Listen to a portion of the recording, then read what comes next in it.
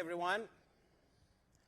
Welcome to our panel today. My name is Alireza Jafarzadeh, and I'm the Deputy Director of the Washington office of the National Council of Resistance of Iran. We're joined by our audience here in Washington, but also we're joined online by our audience all over the world. The event is live streamed on our website, NCRI-US.org, but also our other social media platforms, including Twitter at NCRI-US. Before I introduce our distinguished panel, I want to say a few words about why we're having this conference today. After a long wait, since June, finally, a new round of talks have started in Vienna since last month, which so far has not produced any results, nor should anyone expect it would go anywhere anyways. So while so much attention is consumed with Vienna, there are many other very important aspects related to Iran that needs to be addressed. The most important being inside Iran, what the people of Iran are going through, what they're asking for, and what's the whole internal situation in the country. We now have Ebrahim Raisi, a mass murderer at the helm, who was involved in the massacre of 30,000 political prisoners in 1988, 90% of them being associated with the MEK. His selection as the president of the regime was meant to frighten the Iranian population, but in the past 3.5 months, we have seen that that hasn't happened to the country. We have seen a lot of protests going on in Isfahan and 3-day protests by the teachers in over 100 cities across the country, and many more. We also have other very important aspects of the rogue behavior of the Iranian regime. It's terrorism, its support and export of extremism and Islamic fundamentalism, its missile program, its drone activities, what they're doing in the region to destabilize the country, and many more. And so our panel today is going to speak to those aspects and suggest a policy that would address all of those aspects of the rogue behavior of the regime and not just the nuclear issue. With that, let me introduce our distinguished panel today. We have with us Honorable Joe Lieberman, former senator from Connecticut, who served for 24 years in the U.S. Senate in key committee assignments, including being the chair of the Senate Homeland Security Committee. He was also the Democratic vice presidential nominee in 2000. Thank you so much, Senator, for joining us from New York. Thank you.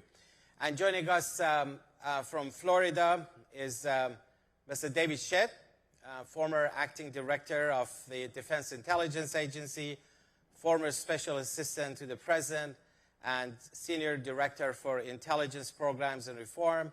He's also a visiting fellow at the Heritage Foundation. Thank you so much, David, for joining us. Here at the panel with us, we have Ambassador Bob Joseph, former Undersecretary of State for Arms Control and International Security. He was also former Special Assistant to the President and also was Senior Director for Proliferation Strategy, Counter-Proliferation and Homeland Defense at the White House. Thank you, Bob, for attending. And we have Professor Matthew Kroenig from Georgetown University. He's the Deputy Director of Scowcroft Center for Strategy and Security and the Director of Global Strategy Initiative at the Atlantic Council. And we have also Mr. Jonathan Ruhe, JINSA Director for Foreign Policy. Prior to joining JINSA, he worked at the Bipartisan Policy Center. Thank you all for attending this very timely and important panel.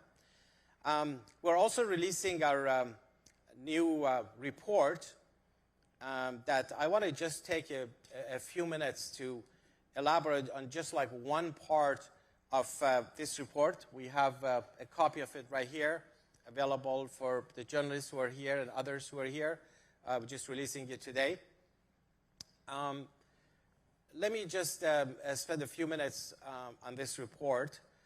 Back in October, actually October 6th, right here, we had a press conference, and we revealed various aspects of the UAV program run by the Iranian Revolutionary Guards and the Quds Force. We disclosed 8 industries who were involved in manufacturing the UAVs and 7 UAV utilization centers all over the country. If you look at the map of Iran, these are the places that we discussed back in October 6th. In that circle, you see Daswara base, which is both the headquarters of the aerospace force of the Revolutionary Guards. This is the satellite imagery of that. And then here is the organizational structure about the IRGC aerospace force. You can see that now IRGC has 5, aerospace force has 5 forces. One of them is actually UAV command. And we talked about the commander and all the other activities that they're doing, including we talked about Saeed Aghajani, the role he plays, where he's stationed. He's actually at the headquarters of both aerospace force, but also the headquarters of UAV command is actually there at Daswara garrison. And then what happened was 3 weeks later, October 29, 2021 this year, the Treasury Department designated a number of individuals and entities in connection with the UAV program of the regime. As you can see, OFAC saying, designating Saeed Aghajani under Executive Order 13224, that's like terrorism. And then later on in November 30th, Congress got involved and very quickly passed in the House Foreign Affairs Committee a very bipartisan resolution, HR 6089, Stop Iranian Drones Act, introduced by Mix and McCall, the chair and the ranking member, and it was almost unanimously passed in the House and is now before the full floor. So the reason I mentioned that is that like the significance of the information that we revealed before, but also highlight why it's so important to focus on what we're revealing today, which is that we're revealing for the first time the IRGC front companies that are actually used for the UAV program.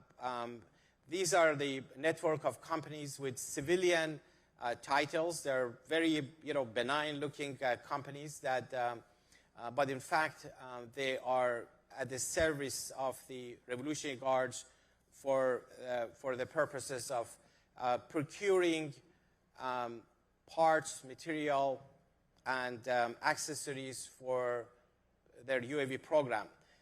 One of them is actually what they call Iranian Aviation Space Industries Association, which in reality is a core of groups and individuals with close ties with the Iranian Revolutionary Guards who use these front companies, civil-looking companies, to do what the IRGC itself cannot do.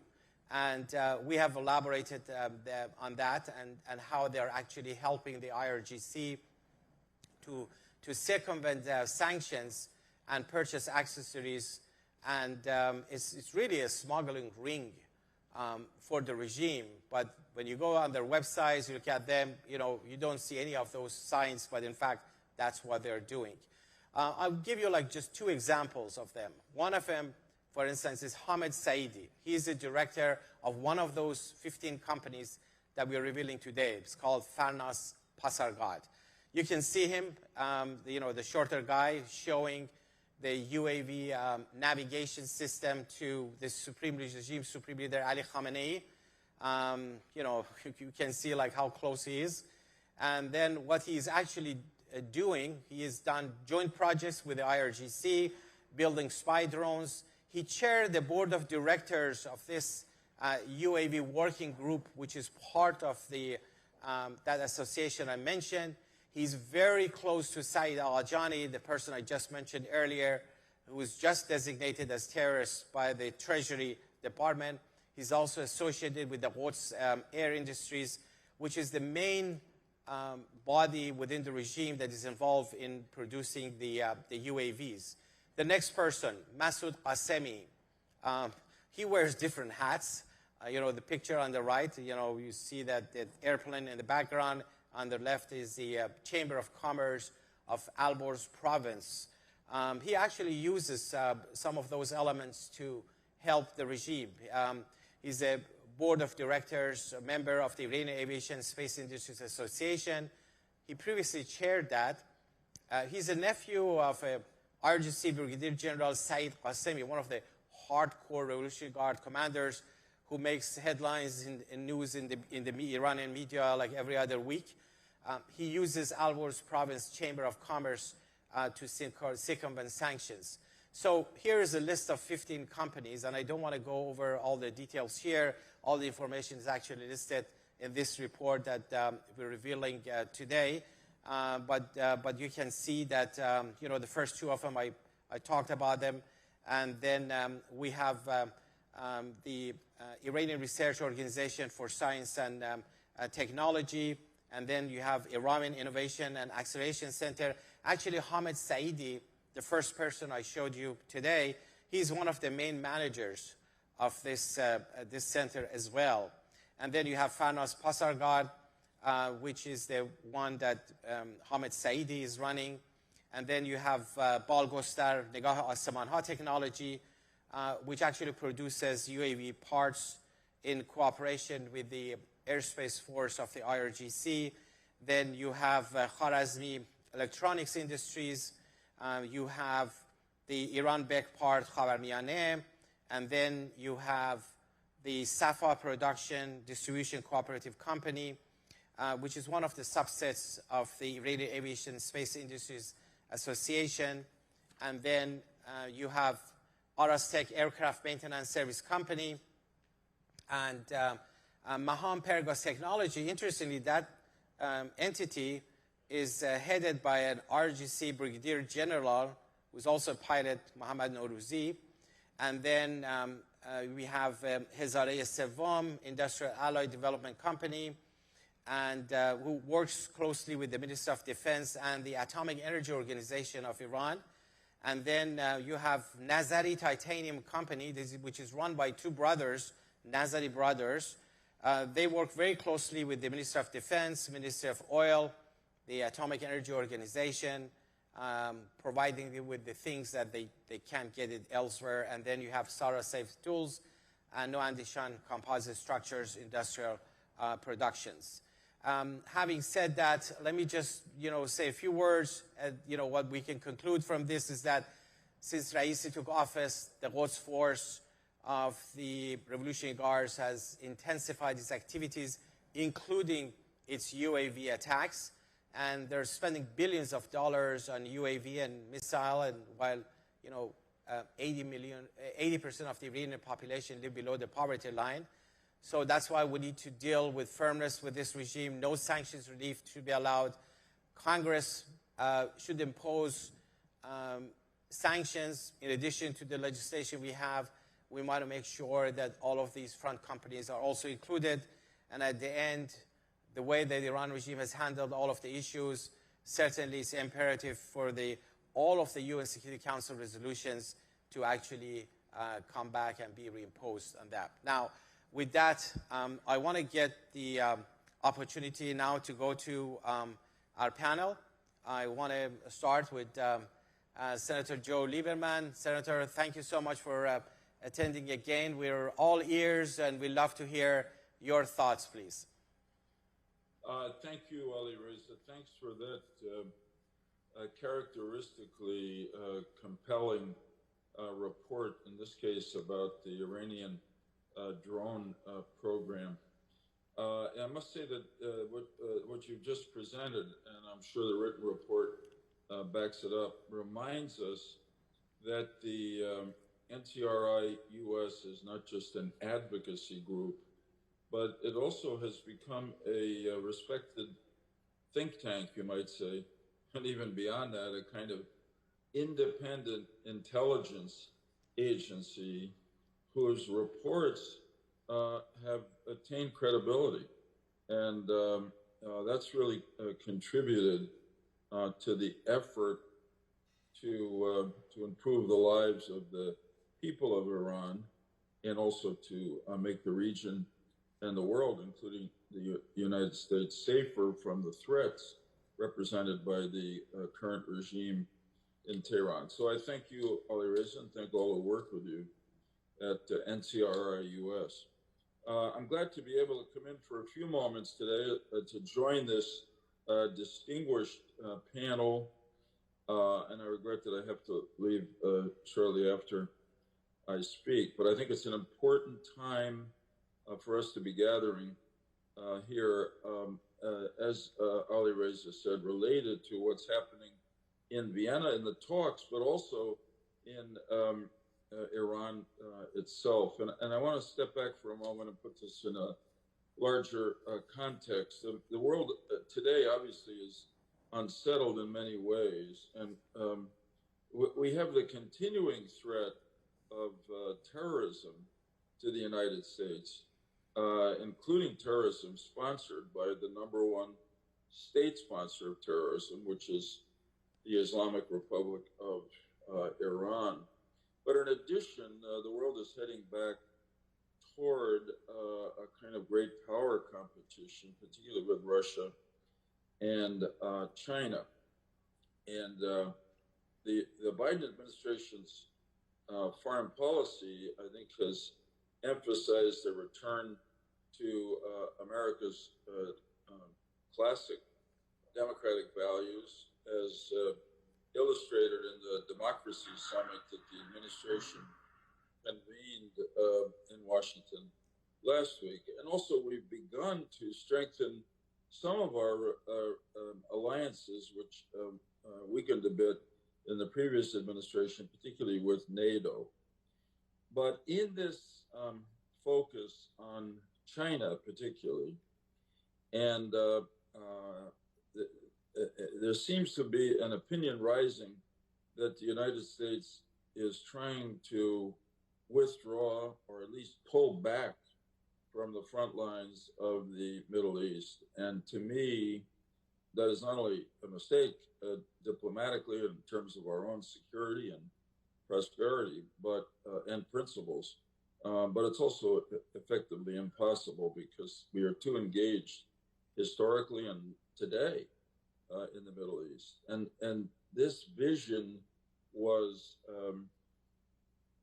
amplified in a very disruptive way by the, in my opinion, the decision to exit from Afghanistan, but also obviously in the chaotic way in which it happened, which sent a message around the world, both to our enemies like China, or those who challenge us, shall we say, like China and Russia, but also to people in the general neighborhood of Afghanistan, including more broadly the Middle East, encouraging a worry in the mind of our best allies in the region, including Israel and the Arab countries, that they couldn't depend on us as fully as they had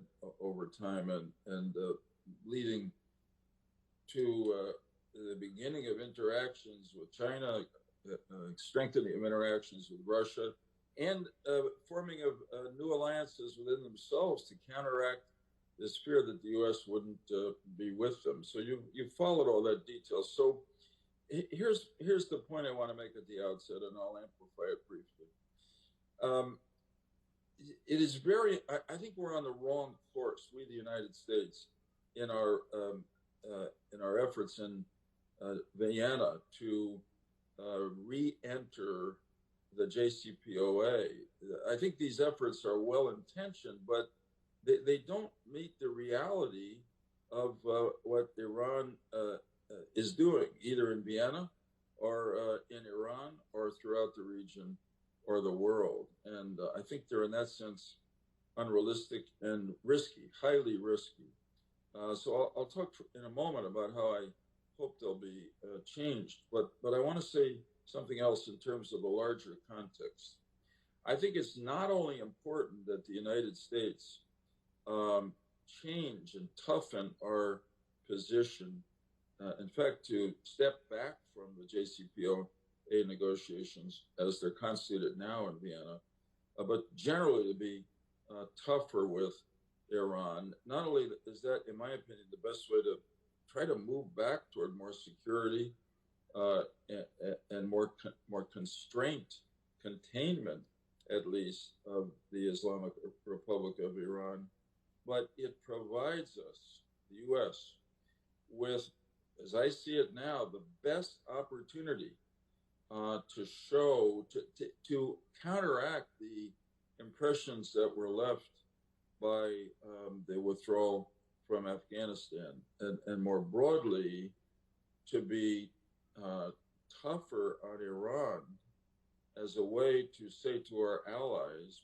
most immediately in the Middle East, we're with you. Don't look elsewhere. Don't be worried about us. We get the threat that Iran represents to you and to us. And it also will say to those who will challenge us in China and Russia, for instance, that not only does the U.S. follow its principles under President Biden, which is to say democracy and human rights, but we're willing to stand up and be strong and fight for them, and not be deceived by a country like the regime in Iran, which operates totally inconsistent with our values, and of course, contrary to our interests. So what I'm saying is we've got to change course toward Iran, not only as the best way to limit the threat that Iran represents and be true to our values, but also as the best opportunity we have now to show the rest of the world, friends and enemies, that we're willing to be tough and use the power economically, diplomatically, and if necessary, militarily, that the United States possesses. So I will say briefly that what you all know, so I don't have to dwell on it, that the situation, the country of the regime in Iran that now returns to the table to negotiate over the JCPOA comes to the table with, as we used to say, when I went to court, with dirty hands. You come to, in the interest of justice, you're supposed to come to court with clean hands. I mean, this is a regime that has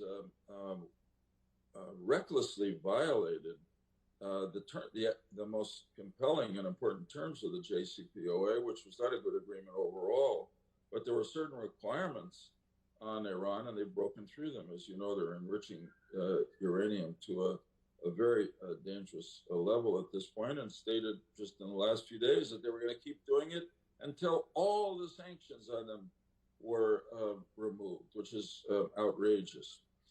Secondly, they've continued to be aggressive in the Middle East, both undermining countries like Lebanon, contributing to the tyranny and massacre, in enabling it in some ways in Syria, and threatening and actually firing at our allies such as Saudi Arabia and the United Arab Emirates.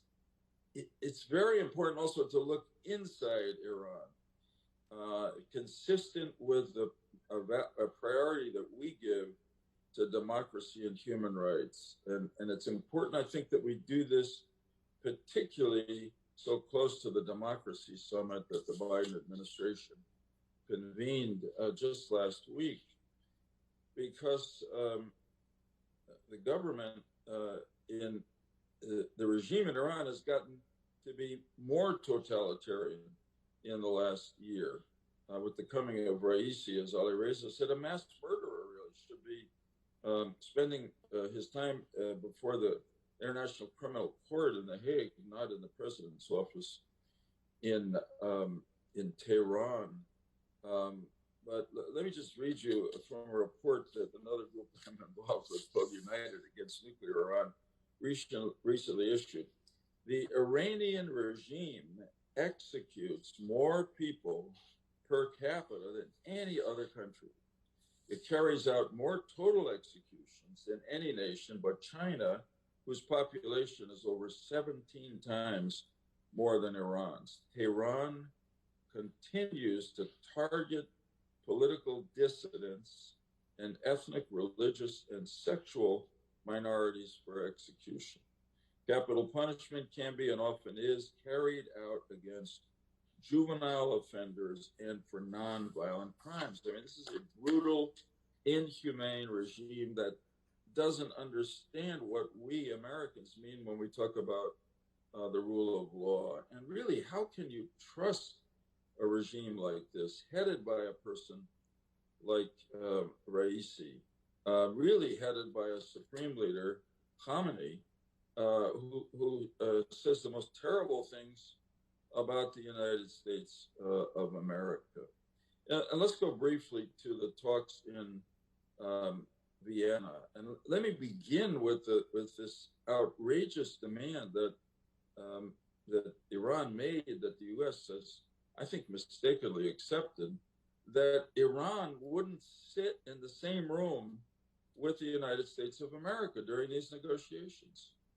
I mean, this is clearly, it probably expresses what they believe, but it's also a tactic to diminish and demean the United States of America. I mean, we are the world superpower. We're the greatest democracy in the world. Iran is a much smaller country led by, as I've said, a totalitarian government, and it threatens us only because it's so extreme, not because it has any power relevant to ours. And yet they determined that the U.S. cannot be even at the table to enter into these negotiations. To me, that would have been enough for the U.S. either to say, either we're in the same room together or the negotiations don't go forward. And I regret that the other members of the P5+1 acceded to that really offensive demand. The second is nothing good is happening in those negotiations.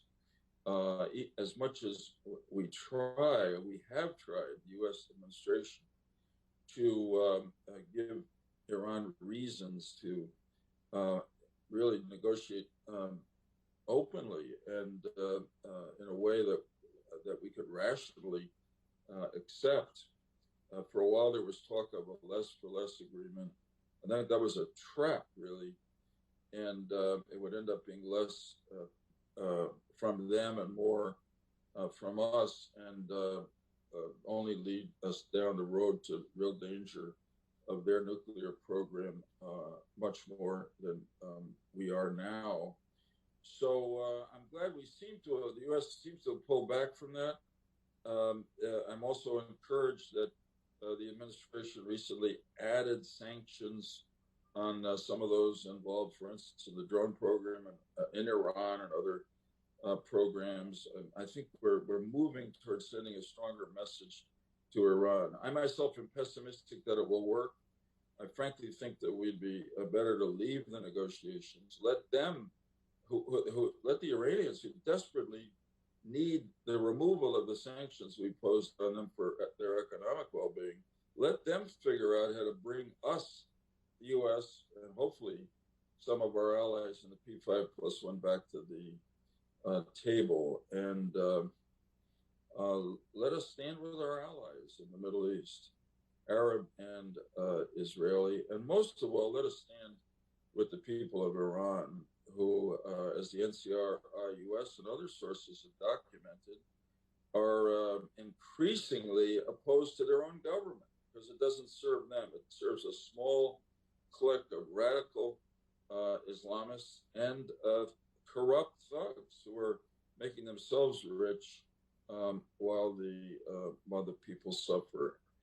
Obviously, for their violations of JCPOA and various other international norms, Iran should be brought to the UN Security Council and face punitive action there. But it's time to stop this game they're playing with us, which is dangerous, and gives them time to build up their nuclear program, and to be prepared to have all other options on the table, including, if necessary, certainly supporting an uprising of the Iranian people against the regime, not militarily, but in every other way we can, and also being prepared to, if necessary, as a last alternative, join or support military activities by our allies to demolish their nuclear program before it reaches a full viability and production of weapons. There's no easy path here. What may seem like the easy path, maybe in Vienna, may seem like the most dangerous. And I think we have in the United States, I say as a final word, indicated by some of the recent legislative actions, including the Stop the Drone program legislation, the beginnings of a return of a bipartisan congressional consensus on Iran, which was sadly, well, destroyed really for a while, or certainly ended for a while by the debate over the JCPOA in 2015. Truth is, members of both parties really see the threat from Iran, and increasingly, I think, with the advocacy that NCRI and the facts that the NCRI think tank puts out, will be supportive of action legislation that will send a tough message to the government in Tehran, which is the only message that they will respond to. Probably talked a little longer than I wanted to, but I have so much in me about this subject. And I thank you for giving me the opportunity. I wish you well in the rest of the program. And I look forward to being with you in person the next time. Well, Senator Lieberman. Thank you. Thank you so much, Senator Lieberman. You certainly hit all the very important key points. Actually, the missing factors during the talks that you brought it up, the things that the policymakers are not either paying attention or as much attention. You certainly re-emphasized many times on the need to change course, and that's absolutely necessary, and highlighted that it's the Iranian regime that is the desperate party, not anybody else. And you talked about inside Iran, you talked about the need for supporting the uprising in Iran, and you also talk about the recurring bipartisanship in U.S. Congress. You were yourself a great example of that. When you served for 24 years in U.S. Congress, you always worked in a bipartisan way, and I remember you were very good friends and good terms with late Senator McCain, and you were always working hand in hand with him on all the issues. We really, really appreciate the opportunity that you gave us, and I think what you shared with us is a great food for thought for the rest of the panel members. We're going to deal with some of these key points, and I know you're pressed for your time. I really appreciate your participation, and thank you very much for joining us. Appreciate that. All the best to everybody. Bye-bye. Thank you. Great. And so now we're going to come back to the panel here in Washington, and we're going to hear from Ambassador Bob Joseph, former Undersecretary of State for International Security and Arms Control and International Security. And Ambassador Joseph, we heard Senator Lieberman, particularly on the policy side, and also like giving like a big picture of like where we're heading, where we should be heading, and what should be done. We'd like to hear from you. Okay, terrific. Well, first of all, let me say good morning, and Ali Reza, thank you. I appreciate the opportunity to join you today with such distinguished and accomplished colleagues and friends. We are, I think, meeting at a critically important time. And I'm, like others, not referring only to the nuclear negotiations in Vienna, which currently dominate the headlines, I am referring to the broader geostrategic interests at play, and specifically the future of the religious dictatorship in Tehran. Certainly, the Vienna talks can affect that future. The Biden administration continues to seek an agreement, in my view, at almost any cost, despite some recent tough talk and some recent limited, almost symbolic steps, such as the application of sanctions that we've seen in the last several weeks. But overall, the administration seems more than willing. In fact, I think it seems enthusiastic about paying a high price for a bad agreement. And the higher the price, the more resources the regime will have to devote to its nuclear weapons and missile programs, as well as to pursue its aggression in Syria, in Yemen, and elsewhere. And I think, most importantly, resources to oppress the Iranian people through brutal force and mass killings. Senator Lieberman has done a much better job than I could ever do in capturing the essence of what I believe is now a time for decision. The correct decision, both politically and morally, on which we will, I believe, be judged by history, is to support the people of Iran in their struggle for freedom and democracy. This is a deplorable regime that wants the United States, Europe, and others to focus not on its internal vulnerabilities, but on the JCPOA negotiations, as those negotiations provide both a sense of legitimacy and a convenient diversion from its desperate domestic situation. And if successful, the resultant windfall will serve as a lifeline for Iran's rulers. I'll return to this point, but first let me say that the report being released today provides a wealth of information on Iran's drone program, an increasingly significant tool of the regime. Published by NCRI, the report is informed by numerous sources inside Iran, primarily members of the MEK, who at the risk of their own lives, have worked to expose the true nature of Iran's leaders. The high value placed on drones is reflected in the amount of resources that have been committed to acquiring a large and sophisticated UAV arsenal, both through domestic production and through the illicit procurement of advanced components abroad. Drones have substantial tactical value for the regime, but the principal strategic value is best understood in the broader geostrategic context that I just mentioned. Having lost all legitimacy at home, the regime sees its very survival as a function of its ability to export its influence and ideology outside of Iran. Drones, like ballistic missiles, serve this purpose by providing a means of intimidation and attack. For this reason, the regime will never give up this capability, in my view. And, in my view, this must be a factor in the design of policies and capabilities intended to counter Iran's aggression. As the Biden administration continues what I believe is a quixotic attempt to restore the 2015 nuclear accord, it should keep in mind the lessons and the unintended consequences of that agreement, especially the lifting of sanctions and providing the regime with billions and billions of dollars to devote to weapon systems such as drones. The expectations of the Obama-Biden administration have been proved to be both false and dangerous, and yet we continue to have those same expectations. The JCPOA was portrayed as a means to engineer positive change inside Iran by strengthening the so-called moderate faction, supposedly headed by President Rouhani against the hardliners. We now know what actually happened to the windfall that was delivered to the regime.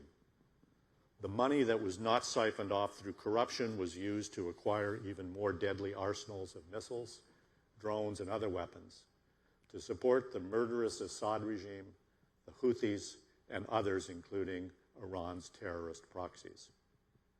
The Biden administration, in rejecting these concerns, has stated that rejoining the JCPOA is only the first step, a step that will be followed by negotiations to address the agreement's flaws, such as its failure to limit ballistic missiles and curb Iran's malign behavior in the region.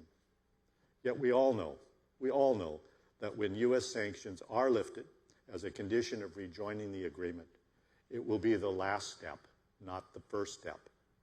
The U.S. will have again paid a high price for a bad deal, a price that includes more missiles, drones, more aggression, and more repression. The illusion that Iran can serve as a stabilizing force in the region can only be explained by the triumph of hope over experience. But perhaps the greatest fallacy of the Biden approach is the belief that it can negotiate in good faith with this regime, and that if there is an agreement, Iran will live up to its commitments. On this score, people matter as much, if not more, than stated policy. And the team installed by the Supreme Leader after the fraudulent elections this past September makes evident that the underlying assumptions of the Biden strategy will only produce further failure. Just look at the rogues gallery that constitutes the new Iranian leadership, at least 10 of whom are currently sanctioned by the United States, Europe, and the United Nations.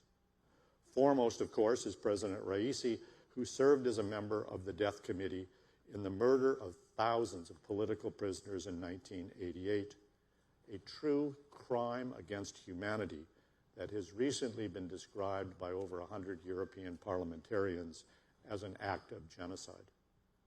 These executions, aimed primarily at the MEK, have been widely condemned for decades, with human rights groups calling for an investigation into Raisi's part in the killings. In 2019, the United States condemned Raisi's appointment as the head of Iran's judiciary and sanctioned him, citing his role in the mass executions and his participation in the brutal repression of protesters following the 2009 sham election. The selection of Raisi as president reflects, in my view, the moral bankruptcy of the mullahs. And most of all, it reflects their fear of the Iranian people's call for justice. Today, the mullahs' desperation is palpable. We can see it in the calls across Iran for an end to the corrupt regime. The people of Iran have seen their beloved country become a prison to those inside and a pariah to those on the outside. President Biden stated at the recent Democracy Summit just last week that the world is at an inflection point in the competition between democracy and autocracy. And on this point, he's correct. But he should practice what he preaches. The choice is clear. We can pursue misguided and failed policies that provide resources to the oppressors, or we can support the Iranian people in their struggle to overthrow their oppressors through regime change from within. It's a false choice, but one that we hear frequently, that we must choose between diplomacy and war, between negotiation and war. But appeasement of evil regimes through diplomacy is the wrong choice, as we know from history, and it often leads to war. The right choice is not war or military invasion.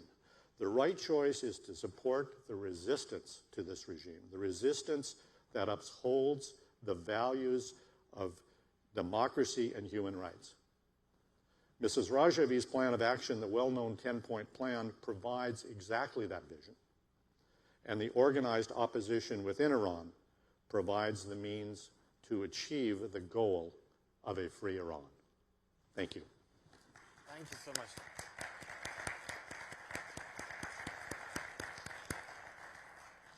Thank you so much, Ambassador. You closed with talking about the right of the Iranian people to change their repressive rulers and the need to stand up on the side of the Iranian people and supporting regime change from within.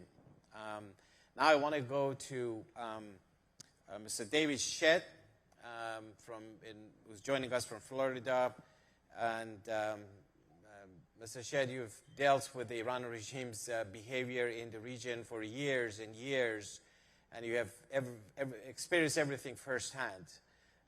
So if you would kindly share with us your experience regarding the activities and behavior of the regime in the region, but also your thoughts about overall policy and what really needs to be done in dealing with the Ayatollahs. Well, good morning to everyone. And Ali Reza, thank you for this opportunity to join you today on what is a very, very important topic.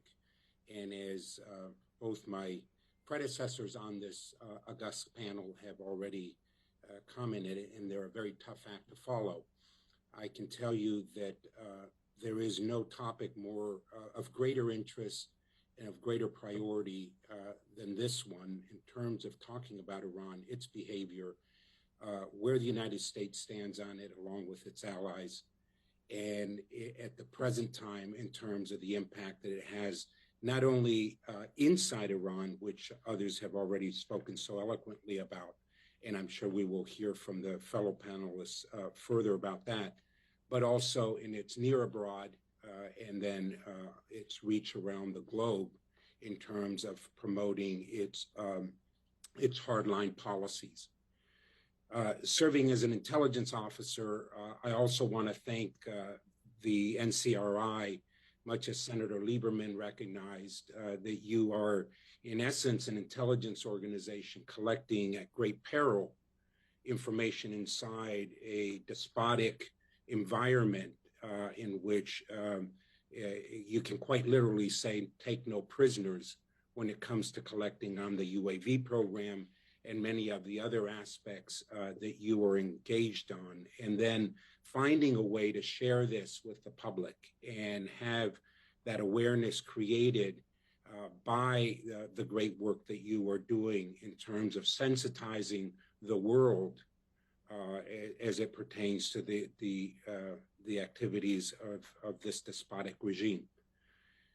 When I think about Iran and the motivations that I even had in joining the intelligence services in the United States, it was really in 1979 and the hostage taking that was a primary motivator to dedicate my career for over 3 decades to intelligence and understanding regimes like Iran and how to counter their activities.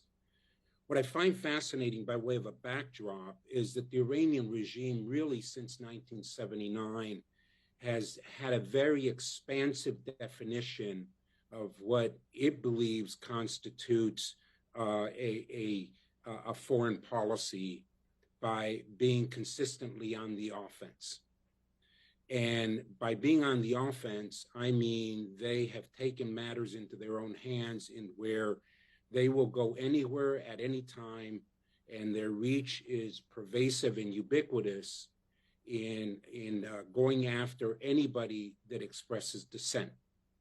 And to this end, we know full well that this regime for now over 40 years has continued to target dissidents abroad. It has targeted journalists, and there is no end in sight in terms of their support for those who are willing to speak up and then become the target of their wrath.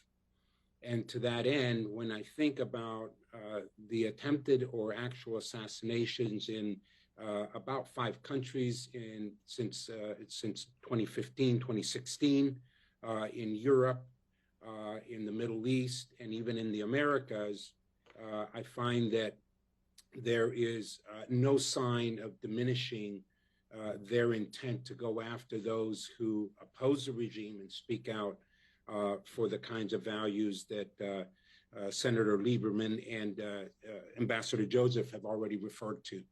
And so to that end, I think the fraudulent election associated with Raisi and the Supreme Leader Khamenei's role in supporting this is only going to become more hardline in terms of the pursuit of their opposition in their near, abroad, and anywhere around the globe that it expresses itself. And there is no limits to what they might use by way of the tools in their kit to do this. Let me just point out three things that I want to emphasize before very briefly addressing what to do about and a response to add to what both Senator Lieberman and Ambassador Joseph have so eloquently shared by way of a response to the Iranian regime, all of which I fundamentally support. Issue number one is the asymmetrical use of technology applies to Iran. Their ability, for example, and there's no current better example that you have provided through this wonderful report in terms of the richness of it, of the UAV drone program. This is a technology that has gone in the past 2 decades from being unattainable by the vast majority of countries to highly reachable in terms of both price point and then capabilities in which to use the drones. But it is just simply one example of many in which the asymmetrical nature of the technology that is available at market price to a despotic regime that they can use to provide pervasive either surveillance or in some instances even kinetic capabilities as a result of that.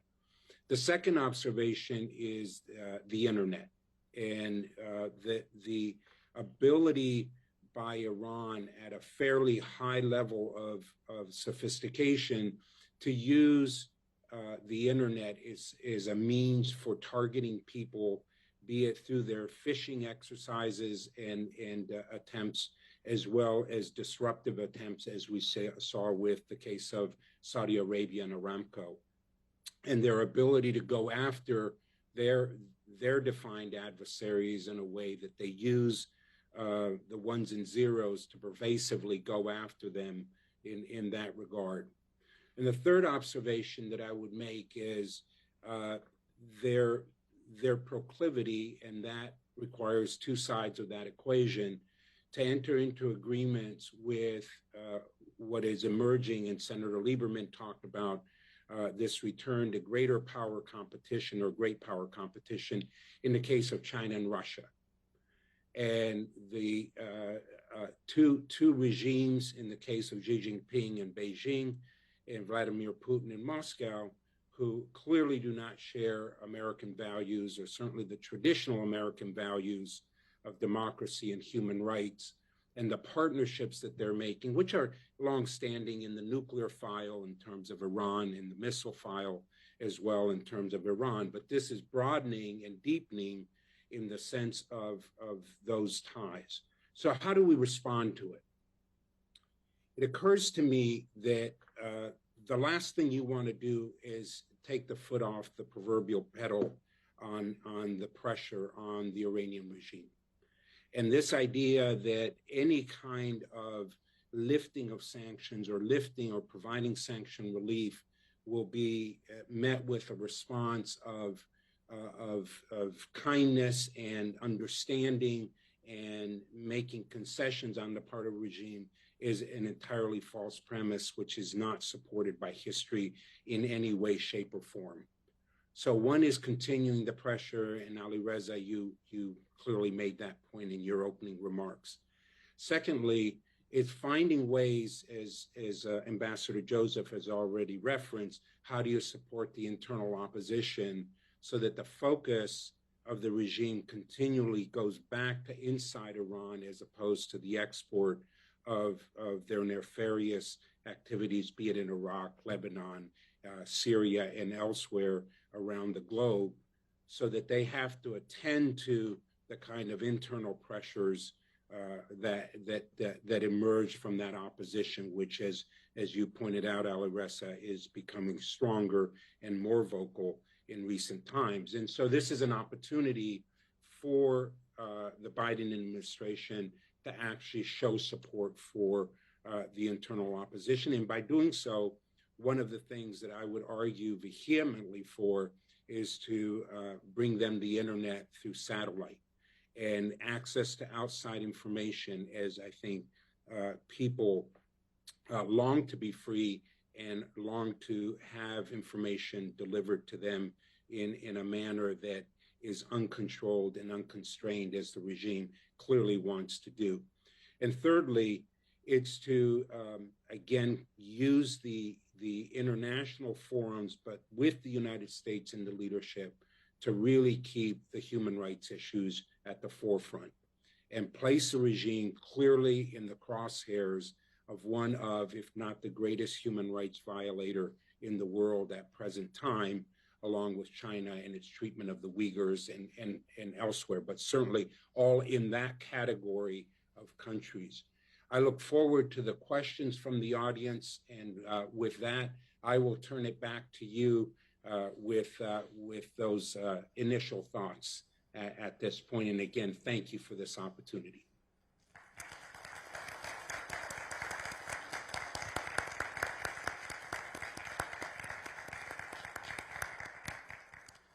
Thank you so much, Mr. Shep. That was excellent remarks you made, and you had some very solid, specific recommendations for the Biden administration. I want to thank you for praising the value and the work of the NCRI, but I want to also use this opportunity to highlight that the reason that the NCRI consistently over the years has been very successful in obtaining information that has never been available anywhere else is because of the presence of an expansive, all over the country, nationwide network of the MEK in Iran, that they're everywhere. And that's why they can see, they have the trust of the population.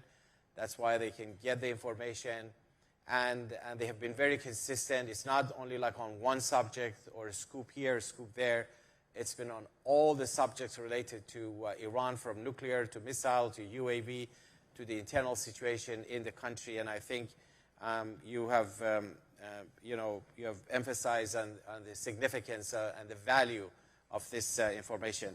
Thank you for that. Now I want to go to Professor Matthew Kroenig, and I know we've talked a lot about all the other aspects, but in case people don't forget about the nuclear threat, definitely, and that has been your expertise. We'd love to hear about you, about the nuclear issue itself. Where do we stand? Because there are a lot of people arguing that, well, it was after the 2018, U.S. walking away from the JCPOA that the regime started going its own way, as though like things were rosy and the regime was in full compliance before that. And I'm sure you have other things you want to add in addition to the nuclear thing. So floor is yours, Professor. Great. Thank you. Well, thank you very much, Ali Reza, for the invitation to be here today. Thanks to all of you for attending this discussion on this important issue. Thanks to my distinguished co-panelists. I have been focused on the Iranian nuclear challenge in and out of government over the past 20 years, and I'll get to that in a moment, but I did want to begin also by congratulating NCRI on this report. It's really amazing, I think, over the past 20 years, the kind of information NCRI has been able to provide on the Iranian regime's activities, going back to some very foundational revelations on the nuclear program almost 20 years ago, and all the way to this report today. And if you haven't read it yet, I would recommend that you do. It's really remarkable, the level of detail they get into in terms of Iranians' drone production capability. And this is a real threat currently in the region. These drones have been used to kill Americans in Iraq, to attack Saudi oil facilities. So Iran is using this drone proliferation to further their goals in the region, but destabilizing the region. And so I think understanding this threat is important. So congratulations. Also, before I turn to the nuclear threat, I also wanted to come to this idea of the Biden Doctrine that some of my colleagues have referenced. Whenever there's a new president, people ask, well, what is the president's foreign policy doctrine? And it seems that the emerging Biden Doctrine is this idea that we're at an inflection point between democracy and autocracy, and we need to rally the democracies, like at the Summit for Democracy last week, to take on these revisionist autocracies that are challenging the United States and its allies, challenging the rules-based international system. And it seems like a lot of the focus, though, is on China primarily, and then to a lesser degree Russia. But I think as we think about this global competition between democracies and autocracies, we should also consider the Iranian regime as part of this. Just like China challenges us in the Indo-Pacific, but globally, Russia is challenging the United States and its democratic partners in Europe. Iran is doing the same thing in the Middle East. And increasingly, Russia, China, and Iran are working together in arms sales, military exercises. And so, sometimes I think people think of Iran as a regional issue, but I think it is really a part of this global competition between democracy and autocracy. And in fact, last year, a lot of my background is in nuclear issues, but last year I published a book called The Return of Great Power Rivalry, Democracy versus Autocracy from the Ancient World to the US and China. And I think there's a lot of pessimism in some Western capitals that our democracies are polarized and dysfunctional. Maybe the autocracies have the upper hand. They have firm leadership. They can plan for the long term. They can impose decisions on their system. Meanwhile, we're fractious and polarized. But actually, my book came to a different conclusion, that actually democracies have real advantages in these competitions. Autocracies have real weaknesses. And I think this is true in Russia and China, but certainly if you look at the Iranian regime, there's a lot of focus on the sanctions, but the real cause, I'd say, of the struggling of the Iranian economy is the regime's mismanagement of the economy. Diplomatically, the aggressive foreign policy of this regime, I think, has led much of the rest of the world to counterbalance against it. And then it has the same military and security challenge that all dictatorships do, which is that it fears its own people more than it fears external enemies. And if you look at the behavior of the Iranian regime, it spends an awful lot of resources and attention on repressing and abusing the Iranian people.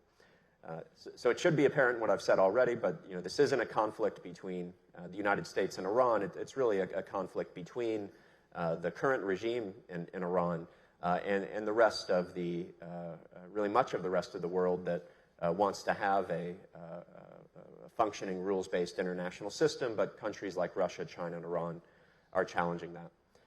Okay, so let me come to the nuclear challenge, and this is significant. First, Iran is close to having a nuclear weapons capability. In order to build nuclear weapons, it essentially needs to do three things. It needs to have enough highly enriched uranium.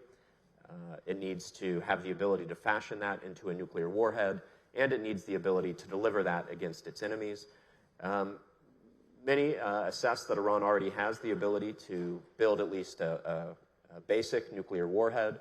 Iran already has the ability to deliver nuclear weapons against its enemies. It has the most sophisticated ballistic missile program in the Middle East.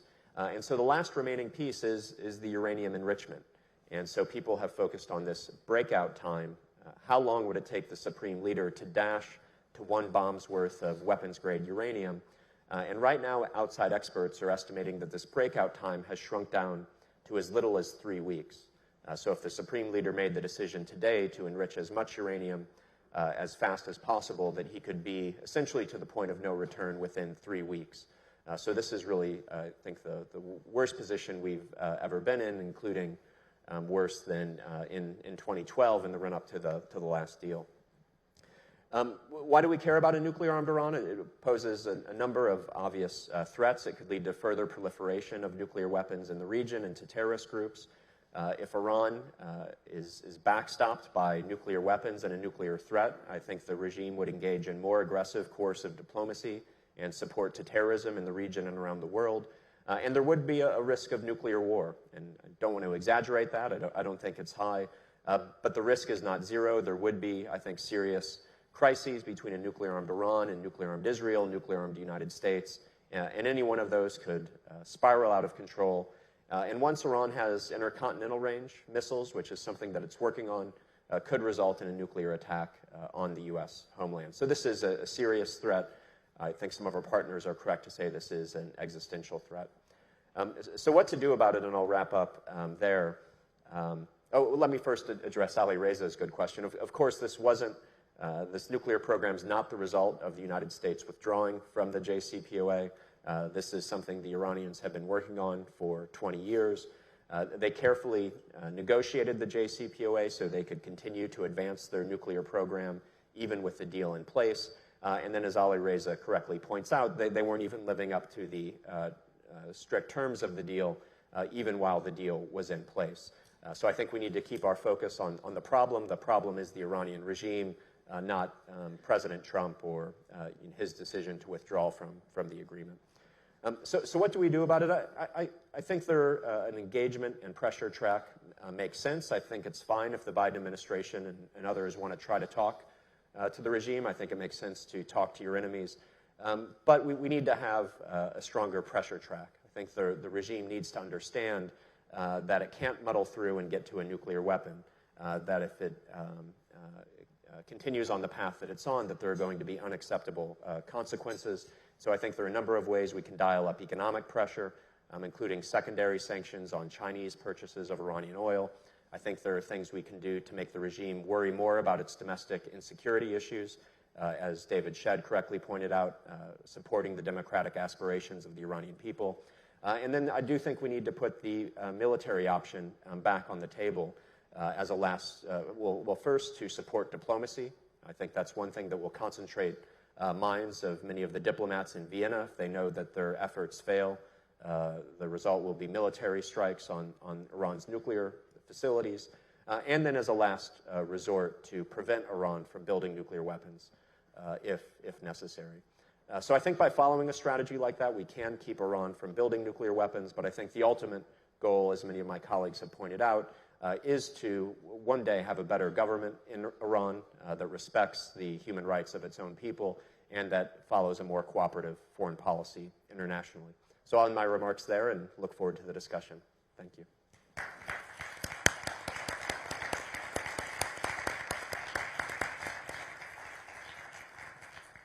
Thank you, Professor Kroenig.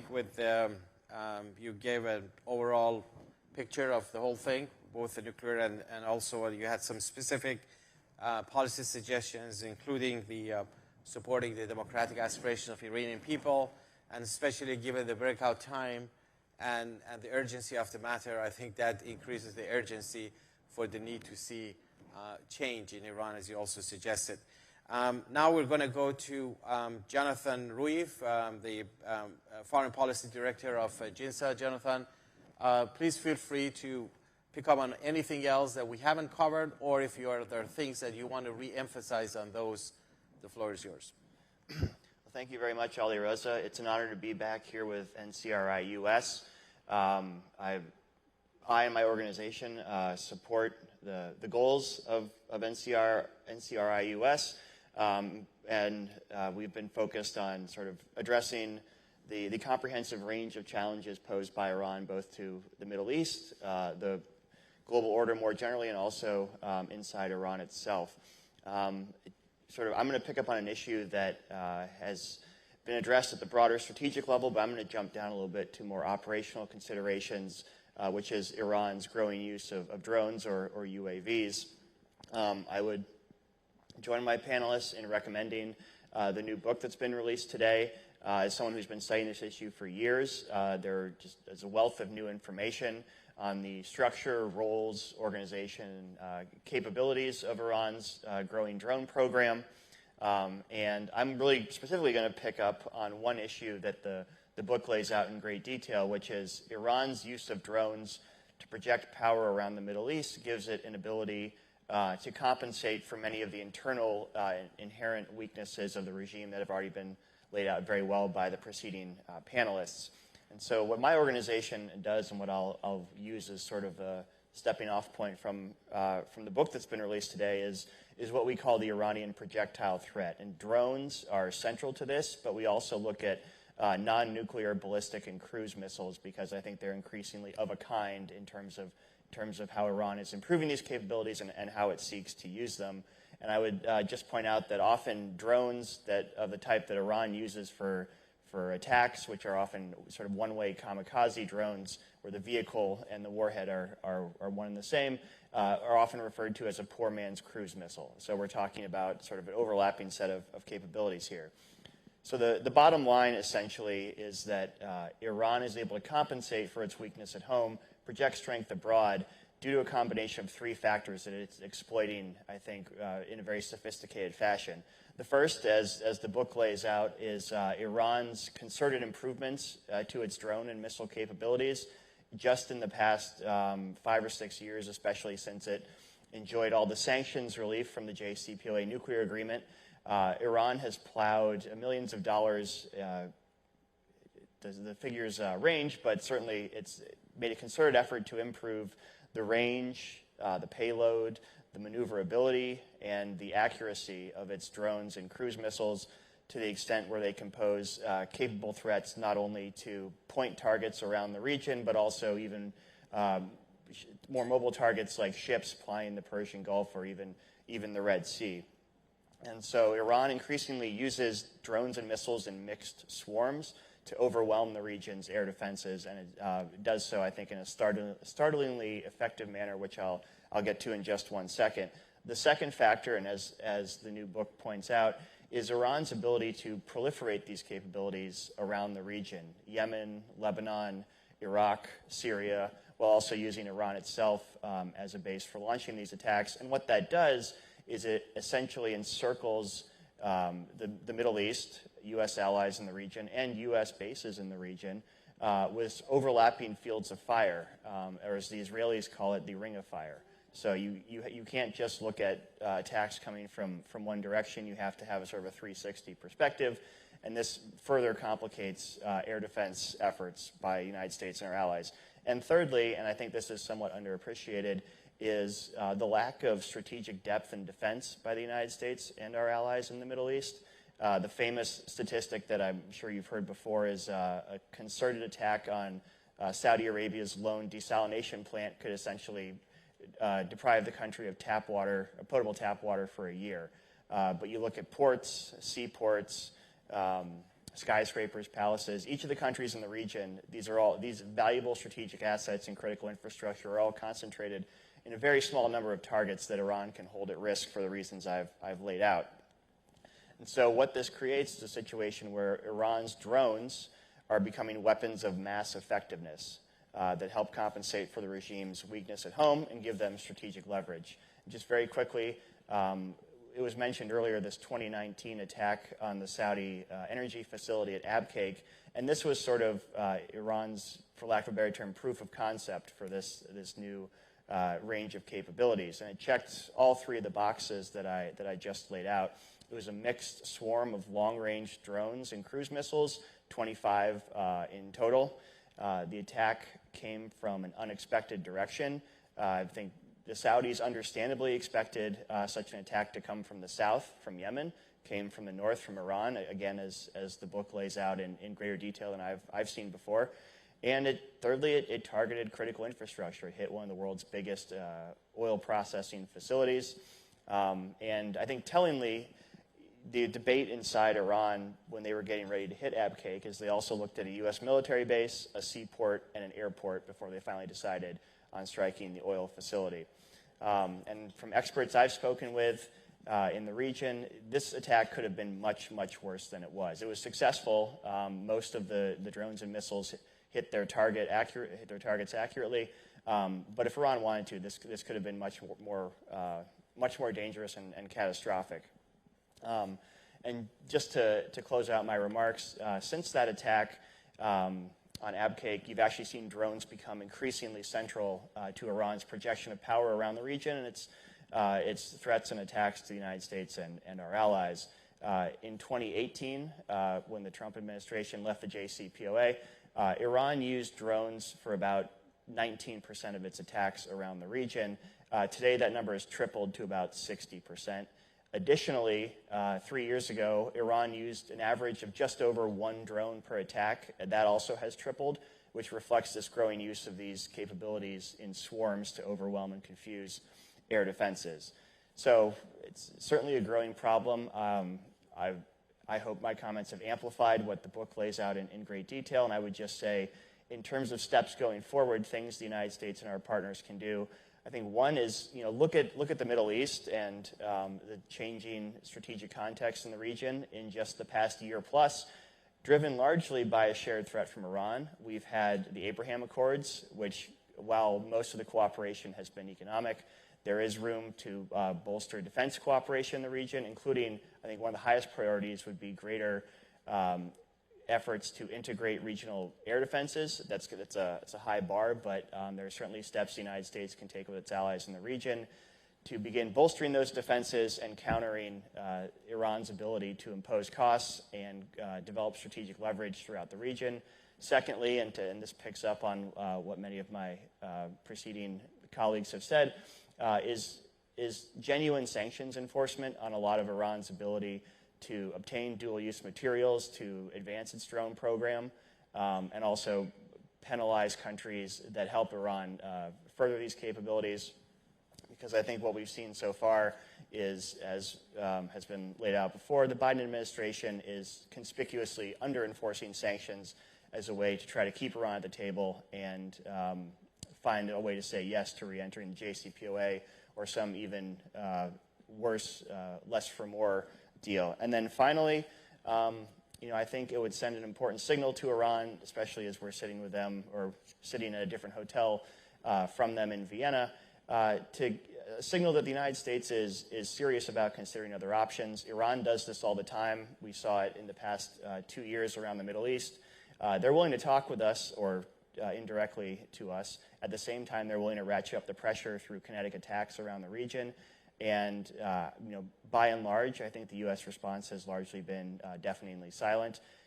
We just stood up a new task force in the Middle East, Task Force 59, to use unmanned platforms, specifically for maritime security. I think this is a great area where the United States can start deploying unmanned capabilities to protect a lot of our assets around the Middle East, especially the Persian Gulf, to begin denying Iran the ability to actually carry out a lot of these attacks, which I think, if left unchecked, will only continue to grow. So thank you very much.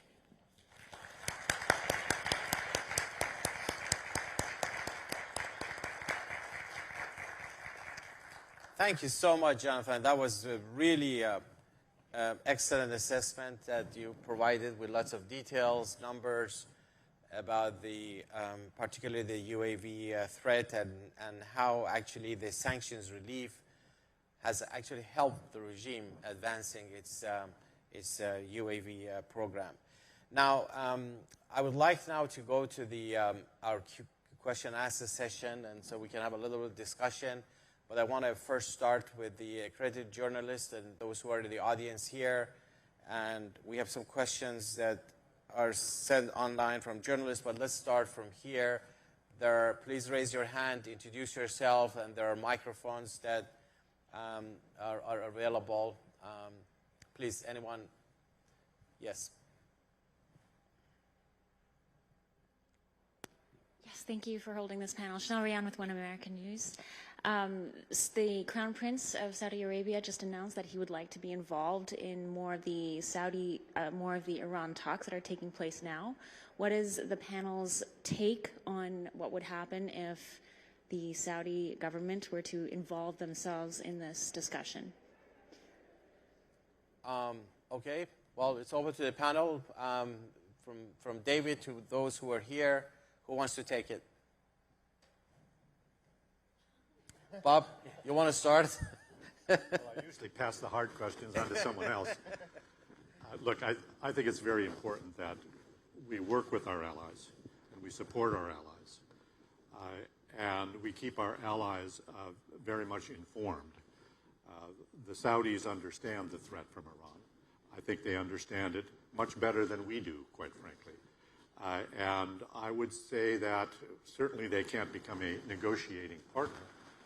Because the sort of diplomatic dynamic wouldn't lead to, I think, any progress on that matter.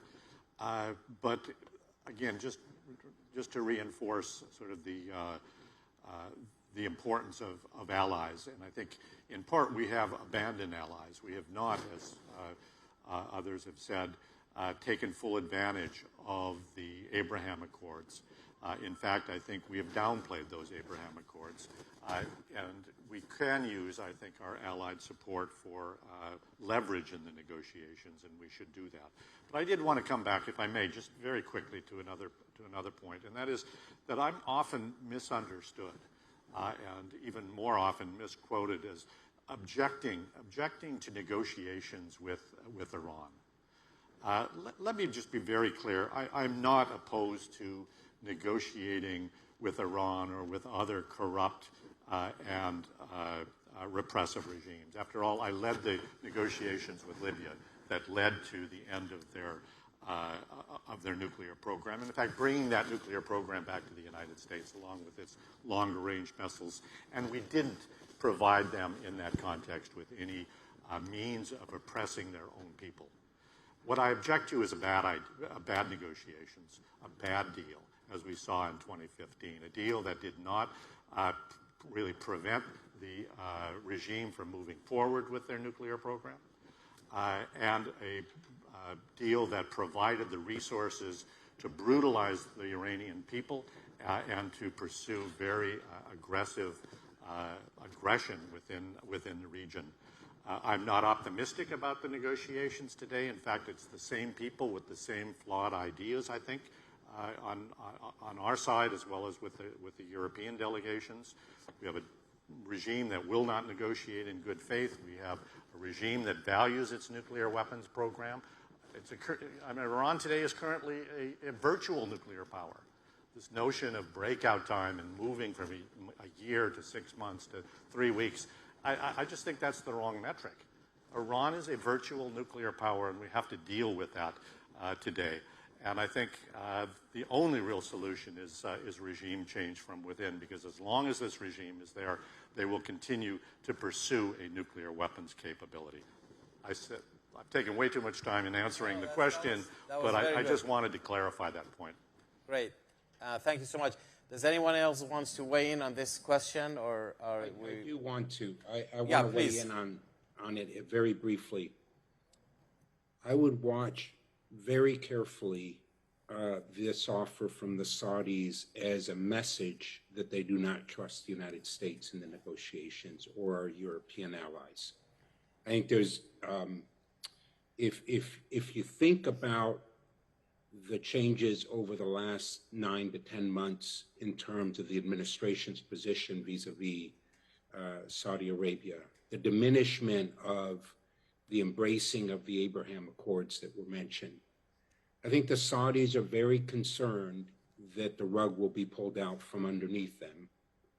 And the offer, while they may not fully expect it to be taken up, is a message of a shot across the bow that they do not trust the Vienna negotiations to have their interests and those of the Arab community in countries in mind. Thank you so much, David. Now we want to go to others who may have questions. Please, yes. Get the mic. Right here. Thank you. Wonderful panel. Thank you for all of your comments. I'm Claire Lopez, Lopez Liberty LLC, involved with Iranian issues for a long time. Question goes to following up on what Jonathan was talking about, and that is the Iranian regime's provision of drone technology to others around the region. In particular, it's jihadi proxies like Hezbollah, Houthis, and the Hashd-e-Shabi in Iraq. But I wonder if you would comment, perhaps, or anyone else, are the Iranians providing their most sophisticated top technology in these drones they provide to the others, the jihadi militias, or is it a lesser level of sophistication? And then if you could also comment on whether the Iranians are continuing to produce drones with Iranian personnel in Venezuela. Thank you very much. I'll certainly happy to answer the first question. Iran's ambition certainly is to provide some of its more capable attack and even reconnaissance drones, particularly to Hezbollah in Lebanon, but also the Houthis in Yemen. I think, partly what Iran would ultimately like to do is, rather than have to run these long, tenuous supply lines down to Yemen or through Syria to Lebanon, which are subject more often than not to Israeli kinetic interdiction and sometimes to U.S. maritime interdiction, that's proved troublesome enough for the Iranians. What they really want to do is, I use the proverb, it's easier to teach a man to fish than to give him a fish. Iran wants to be able to give its proxies the ability to manufacture these capabilities indigenously, give them more sort of autonomous capabilities in that sense, rather than have to sort of, in order to get a lot of these weapons to Yemen, they have to be disassembled, carted overland through Oman or through long maritime routes. So, short answer, yes, Iran is trying to provide these most capable drones, but also short-range ballistic and cruise missile capabilities to its key proxies, and certainly in Yemen and Lebanon. But on the Venezuela question, I'll leave that for the other panelists. Anybody else wants to add anything else? Well, on the Venezuela thing, certainly the Iran regime has been involved in providing its own drones to the, like Mohajer, for instance. We can verify that has been provided to the Venezuelan regime, but also their personnel have been present there. We may have something more on that, but that's an important thing, that the regime is not just limited to the region, but wherever they can have a reach, they're using that. We're going to go to, we have just maybe a couple more minutes left that we can address other issues. If anyone else has any questions. Actually, I have one question from Ray Hanania from Arab News, who sent us a question from London. And the question is, what should Biden do and what is he not doing? I guess that's open for everyone. That's perhaps the best way to close the panel. Go ahead, Professor Kroenig. Well, I guess I would come back to the point I made in my closing remarks, is that I think a pressure and engagement track makes sense. We're leaning too heavily on the engagement track. We need to lean more heavily on the pressure track, so ramping up sanctions, including against some of these front companies involved in producing UAVs, sanctions against the Chinese to encourage them to reduce their purchases of Iranian oil, and I think putting the military option back on the table in a more serious way, either helping Israel get the capabilities it would need, such as bunker-busting bombs to hold the facilities at risk, or for Biden to both say that he's willing to use force to stop the program, like his predecessors have, and to take some steps to make that more credible. Okay. David, do you want to add anything? I would say that the Biden administration has to make the Iranian or the Iran file an absolute essential part of all its talks with both Beijing and Moscow, because of the intersection that we've seen now in the relationship between Iran and both of those countries, the role that Russia has played for the last, 8 years in Syria, the role that China is looking to expand for itself in the region, requires the Biden administration to put that front and center in the talks between those two adversaries, which they are. They're not competitors alone, they're adversaries. And Iran needs to be part and parcel of that conversation on the host of issues, from international terrorism to the nuclear file to other aspects of the sanctions, et cetera, et cetera. Excellent. Thank you. Jonathan?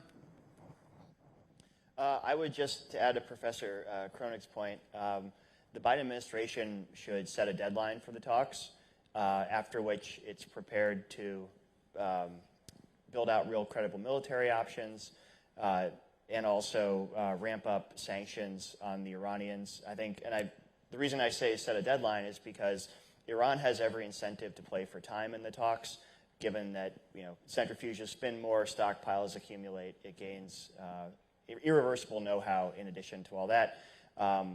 And furthermore, the U.S. Administration's posture or approach, which is the ball's in Iran's court, whenever they're ready to talk, we'll talk, I think signals that the administration is willing to engage in open-ended diplomacy, which, as we saw with the JCPOA, and sadly we're seeing paraphrased again, only plays into Iran's hands. Excellent. Ambassador? Well, I would second Senator Lieberman when he suggested that the administration should step back from the negotiations. Step back from the negotiations and redefine success. Success is currently defined by this administration as rejoining the, in my view, fatally flawed 2015 JCPOA. Our interests in that region are much broader. Our interests include support to allies, and that has many different facets. I would think that it would be absolutely essential that the administration reassess and support the democratic opposition in Iran, which is the morally right thing to do, and I think politically it's the right thing to do, because that demonstrates to this regime that the United States is going to play a much stronger role. Right now we're projecting weakness. And as Mr. Putin and as Prime Minister Xi have said,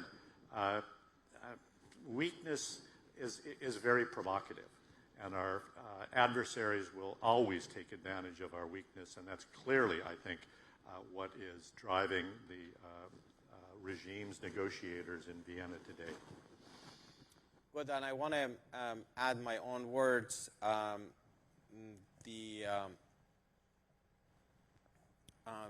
Did we have one more question here? And anyone? I think I noticed someone raised. Yeah, please go ahead before I wrap up. Hi, thank you. Helga Kohn from the Estonian Embassy. I actually just wanted to ask about Russian role in all of this. How does it impact the negotiations, and how does it support the different development of different weapon systems? So, thank you. Sure. Anyone wants to take this? Professor, yes. Yeah, well, Russia is involved in the negotiations, and I do think that they're providing a little bit of cover for Iran. They're not pushing the Iranians as hard as the United States and the Europeans are trying to. That said, I don't think they want Iran to become a nuclear power, so I think Russia could potentially become helpful as they basically were a decade or so ago. But right now they're not playing a very active role. And then the other major issue, of course, is that the administration is distracted because of the Russian military buildup in Ukraine. And so I think the Iranian file is not getting the attention it probably deserves, because there are so many other crises to worry about, including a possible impending invasion of Ukraine. Thank you so much. And what I want to close with, first of all, I want to thank all the members of the panel. You had excellent remarks, excellent policy suggestions, policy assessment, and also policy suggestions. And what I want to close with is that the last point that the ambassador mentioned, the fact that also Senator Lieberman mentioned, the fact that this regime in reality is much weaker than it was in 2015. But as Jonathan said, they want to project power and cover their weakness. This regime is in big trouble domestically, inside Iran. The protests since 2017 have continued. Nothing has stopped the protests, neither COVID-19 nor the ascension of Ebrahim Raisi at the helm as the new president for the Iranian regime. In fact, since Raisi has taken over people have more reasons to want to protest. And every issue they deal with, whether it's water, whether it's electricity, whether it's environment, the wages, the situation of the teachers, the farmers, they see in front of them their counterpart of these protests is the regime itself. There's no third party. Whether it's the Supreme Leader, whether it's the IRGC, or all of those institutions associated with them. The water, where did the water go? It was the IRGC that was benefiting from it, from their industry. That's why, this is a principal thing that people have to keep in mind, that this regime is weak, is vulnerable, is rejected by the majority of its own population. Now, what are the specific suggestions? I would say three things. First of all, the Biden administration should make democracy and human rights a central element of its foreign policy regarding Iran.